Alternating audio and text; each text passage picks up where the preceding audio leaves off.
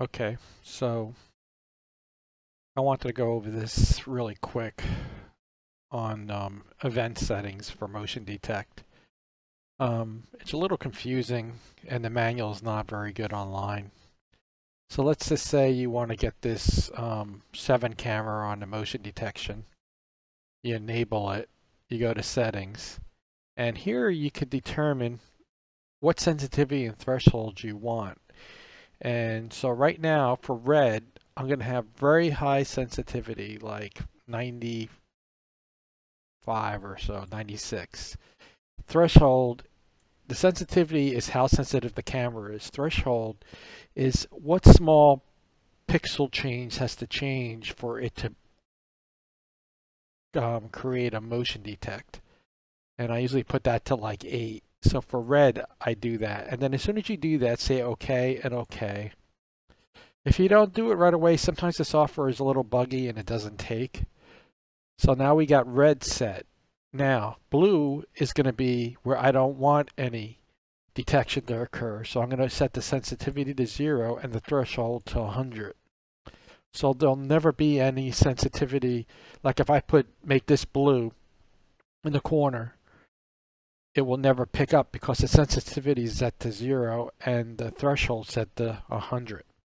Again, hit OK and OK, and it should save it. Sometimes if it doesn't save it, that's the only reason why I do that. Okay, so let's say we want red. This is the area we want to be sensitive to changes. So let's say I wanted this area to be sensitive to changes.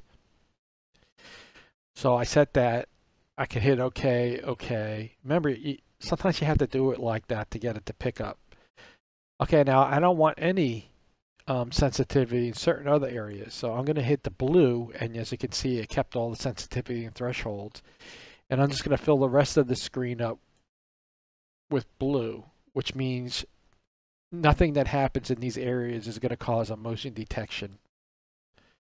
So we have that set to 0 and 100. We hit OK, OK, and we go back, and you can see now the only area, like if some movement occurs here, it will create a motion detect and send you an email or an application alert that there was changes in here. I use this just to show a simple example. I mean, when you go to a normal camera, you know what to do. So all this blue will not be picked up by motion. Only the red will be picked up by motion. And that's just about it. That's the easy way to do it. The manual is not very specific. Like on some of the manuals, I read that when you first start this motion setup up, all this is red, so it's all sensitive. But mine's not like that. When mine starts up, it's all clear, and then you have to set up these thresholds here for the region, and that should help you guys along if you have problems with the motion detection.